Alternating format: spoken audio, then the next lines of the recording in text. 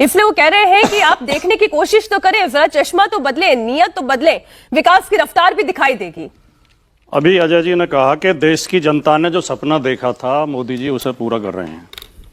आप सबने देखी होगी टीवी पे घटना, महाराष्ट्र में मुंबई में 2 लोकल ट्रेन बराबर की पटरियों से गुजर रही थी। उनमें बाहर इतने लोग लटके हुए थे कि अलग अलग पटरी पर थी, लेकिन क्योंकि बाहर लोग लटके हुए थे वो आपस में भीड़ भीड़ के ऐसे गिर गए जैसे पेड़ से आम टूट टूट के गिर जाते हैं। 5-6 लोगों की मौत हुई, 20 घायल हुए। ये सपना तो कभी भारत की जनता ने नहीं देखा था। उत्तर प्रदेश में एक घटना हुई थी 2020 में, एक बदमाश ने पुलिस के ऊपर गोली चलाई थी जिसमें 8 पुलिसकर्मी शहीद हुए थे, बिकरूक हत्याकांड के नाम से जिसे जानते हैं, कानपुर में। और कई लोग, पुलिस वालों को गोली लगी थी। 5 साल उनका इलाज अस्पतालों में हुआ। 5 साल बाद उत्तर प्रदेश सरकार ने उन्हें नोटिस थमा दिए हैं कि वो 6.5 लाख रुपए वापस करिए जो आपके इलाज में हमने लगाया था। यानी अपराधियों की गोली से पुलिस वाले घायल होंगे तो उसका पैसा पुलिस वालों से ही वसूलेगी सरकार। यह सपना तो भारत देश ने नहीं देखा था, इसका सपना तो भारत की जनता ने नहीं देखा था। आप बुलेट ट्रेन की अभी आपने बात की, आप लोकल ट्रेन दे नहीं पा रहे हैं। जो ट्रेन रेगुलर चल रही है वो टाइम पर चल नहीं रही, उनमें सुविधाएं नहीं है, उनमें सफाई नहीं है, उनमें गंदे कंबल देते हैं। आप कह रहे हैं कि हम बच्चों को रोजगार आप दे नहीं पा रहे। इस देश में 3 संस्थाएं, 3 विभाग थे जो सबसे ज्यादा रोजगार देते थे, रेलवे, दूरसंचार और सेना। कोई मुझे बता दें इन तीनों में कब रेगुलर भर्ती हुई थी? कम से कम 10 साल हो गए, कुछ विभागों में तो भर्ती हुए, 5-6 साल सेना में भी रेगुलर भर्ती हुए हो गए। रेगुलर भर्ती तक आप नहीं कर पा रहे हैं। अच्छा, आपकी सारी परीक्षाओं के पर्चे लीक हो रहे हैं। अब अर्थव्यवस्था की ये बात करते हैं। नहीं, मैं इसी पर मैं आपसे रेलवे की बात उठाई राजकुमार जी, लेकिन यही रेलवे जब चिनाब ब्रिज बनाता है तो क्या उसकी वाहवाही नहीं होनी चाहिए? यही रेलवे जब वंदे भारत ट्रेन चलाता है क्या उसकी वाहवाही नहीं होनी चाहिए? ठीक है, मैं बताता हूँ। वंदे भारत की जरूरत अभी बुलेट ट्रेन की, वंदे भारत की नहीं है। पहले जो गरीब लोगों के लिए ट्रेन चल रही है उन्हें ठीक करिए आप, पहली बात तो। दूसरी बात, जो जम्मू कश्मीर के लिए ट्रेन चली है, जो पुल बना है, वो बहुत अच्छे विकास के लिए बहुत अच्छा काम है, लेकिन उसका शिलान्यास कांग्रेस सरकार ने किया था। उसकी योजना कांग्रेस सरकार की थी। सरकार बदल गई, मोदी जी आ गए, वो काम लगातार चलता रहा, उद्घाटन करने का मौका मोदी जी को मिला। तो उसके लिए सिरे खाली ये नहीं देना चाहिए कि इनका है, दोनों सरकारों का उसमें सिरे है। मैं कह ये रहा हूं कि अर्थव्यवस्था की बहुत बड़ी बात करते हैं। अर्थव्यवस्था, उस अर्थव्यवस्था का गरीब आदमी को क्या लाभ मिला है? उससे केवल अरबपतियों के बैंक बैलेंस बढ़े हैं, पैसे वालों का पैसा बढ़ा है। गरीब के लिए तो मोदी जी ने कहा कि 80 करोड़ लोगों को हम राशन दे रहे हैं। जिस देश में, इस देश के लोगों ने यह सपना तो नहीं देखा था कि 80 करोड़ लोगों को 5 किलो राशन के लिए लाइन में लगना पड़ेगा। और 80 करोड़ लोगों को अगर लाइन में लगना पड़ रहा है, इसका मतलब आप उन्हें रोजगार नहीं दे पा रहे हैं।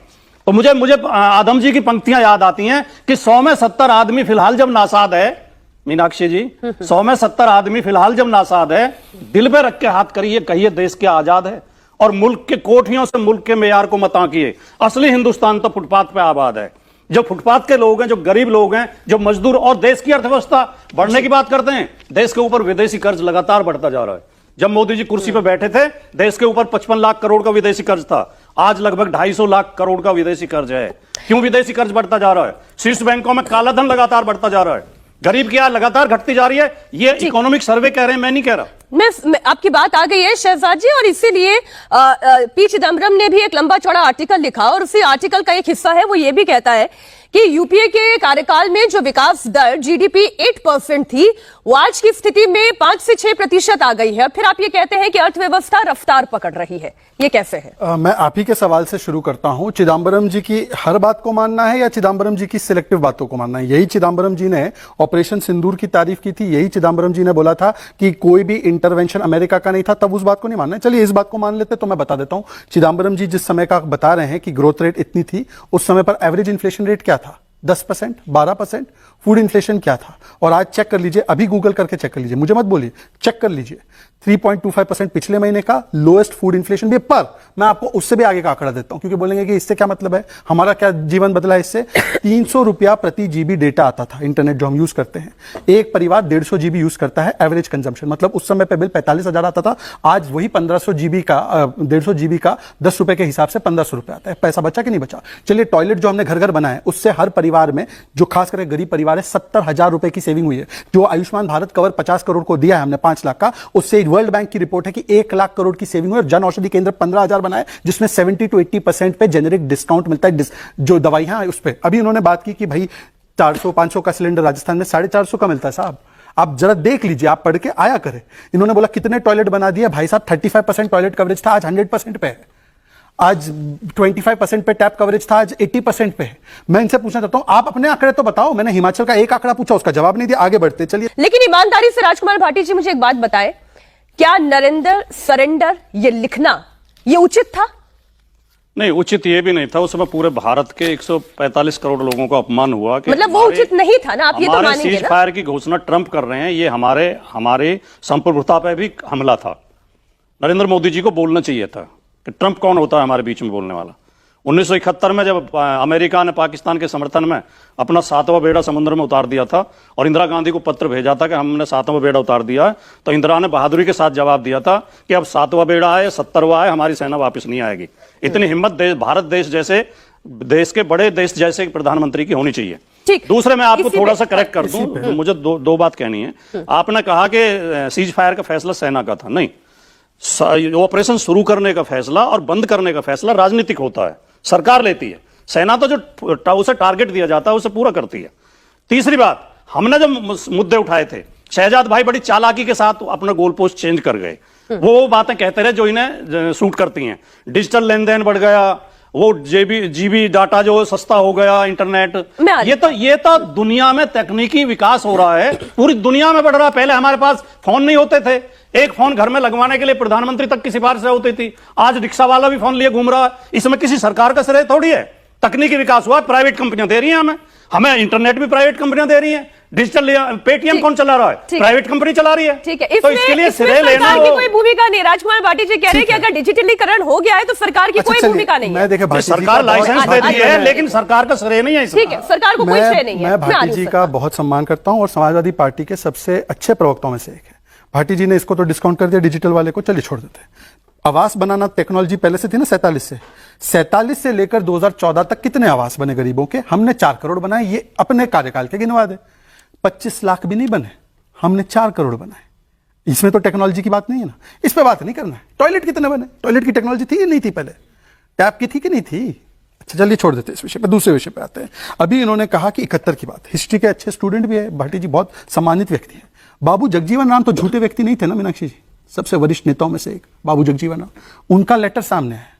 उन्होंने इंदिरा जी को 71 के युद्ध में कहा था कि इंदिरा जी अभी समय है हमारे पास, उनके 93,000 प्रिजनर ऑफ वॉर है, 15,000 स्क्वायर किलोमीटर है, जब तक हम पीओके नहीं ले लेते और जब तक करतारपुर नहीं आ जाता तब तक नहीं छोड़ना है। और ये मिलिट्री लीडर ने भी बोला। तो अभी सामने निकल कर आया है कि कैसे इंदिरा जी ने यूनाइटेड नेशंस के दबाव में सीज फायर किया और यूनाइटेड नेशंस के दबाव में उन्होंने जो भी हमने सैम मैनेक्शॉ ने लिया था उसको सौंप दिया। मैं दूसरी बात पूछना चाहता हूं, 74 में तो न्यूक्लियर टेक्नोलॉजी देने के लिए इंदिरा जी पाकिस्तान को तैयार थी, पार्लियामेंट में छपा है। उसके बाद 85 में आ जाएगी, रोनाल्ड रेगन के दबाव में राजीव गांधी जी जाकर बात करते हैं पाकिस्तान से उनके बताए हुए मुद्दों पर। 65 का युद्ध हम जीते थे, 68 में 828 स्क्वायर किलोमीटर पाकिस्तान को देकर आए ये लोग। 94 में एक ऐसा अग्रीमेंट बना दिया नरसिम्हा राव की सरकार ने और उसको अटैच कर दिया कि हमारी ट्रूप मूवमेंट्स क्या होगी वो पाकिस्तान को पहले बता देंगे। और सरेंडर और सीज फायर वो होता है, मीडिएशन वो होता है जब हमारे नेता जाकर विदेश में बोलते हैं कि यूएस यूके आकर हमारी डेमोक्रेसी में इंटरवीन करे लास्ट 5 सेकंड। मैं तो कह रहा हूं कि मोदी जी की बातों पे कहां भरोसा करेंगे अजय भाई?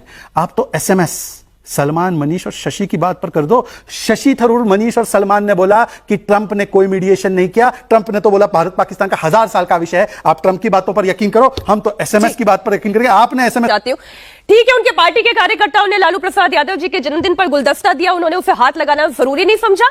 ये उनकी पार्टी की बात है, उनकी पार्टी के कार्यकर्ताओं की बात है, उनके नेतृत्व की बात है। लेकिन बाबा साहेब अंबेडकर की तस्वीर को उनको तोहफे में देना एक सम्मान के प्रतीक के रूप में था, लेकिन उनके चरणों के पास ले जाना और इतने लोग वहां पर खड़े हुए हैं, किसी का उस पर आपत्ति भी जाहिर ना करना, खुद लालू यादव का आपत्ति जाहिर ना करना, क्या ये बात आपको बुरी नहीं लगती? नहीं, वो अव्यवस्था हुई होगी और गलती हुई होगी, मैं इसे गलती मानता हूं। लेकिन ऐसी गलतियां कई बार भीड़ भड़क्के में जब ज्यादा लोग होते हैं हो जाती हैं। अभी एक कार्यक्रम में अभी बहुत रिसेंटली माननीय प्रधानमंत्री जी राष्ट्रीय झंडे से मुंह पहुंचते हुए देखे गए, नाक पहुंचते हुए देखे गए और फिर वो झंडा किसी बराबर में कोई चल रहा था उसे पकड़ा दिया।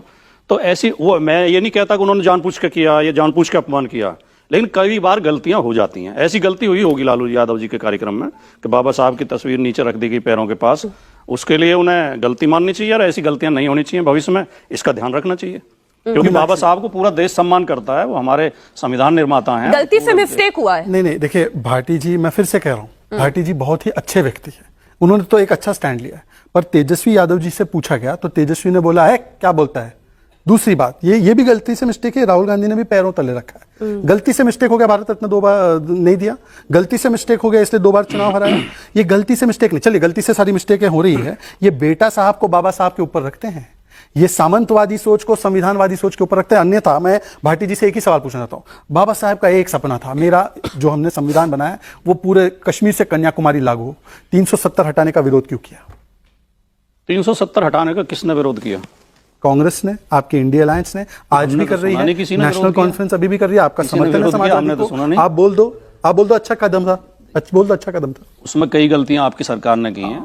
370 हटानी थी, खाली 370 90% तो पहले की सरकारें हटा चुकी थी, कांग्रेस की सरकार उसे कुंद कर चुकी थी। लेकिन आपकी सरकार ने 370 हटा देने के साथ साथ जम्मू कश्मीर का विभाजन भी कर दिया, जम्मू कश्मीर का राज्य का दर्जा भी छीन लिया। वहां पे आपने केंद्र शासित प्रदेश, आप केंद्र से सत्ता चलाते हैं, उन लोगों की आजादी छीन लिया आपने।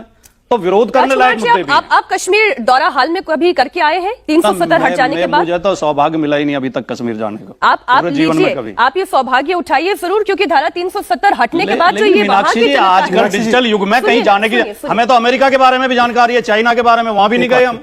आजकल इलेक्ट्रॉनिक मीडिया है, सब जगह की खबरें आ जाती हैं। आप लोग सब राजनीतिक दल से आने वाले, नेतृत्व करने वाले प्रवक्ता हैं, आप लोगों को तो पूरा देश घूमना चाहिए। मेरे पास समय की देखिए कमी है। केवल एक वाक्य, उन्होंने बोला किसी ने अपोज नहीं किया, Akhilesh Yadav opposes governments move on 370, ये अखिलेश यादव जी ने अपोज किया। लीजिए राजकुमार जी, पता नहीं कहाँ की खबर है आप तो गलत बोल दो। अखिलेश जी 370 हटाने का विरोध नहीं किया था हमने, इसका विरोध किया था जो राज्य मुझे जो बात आज की चर्चा में समझ में आई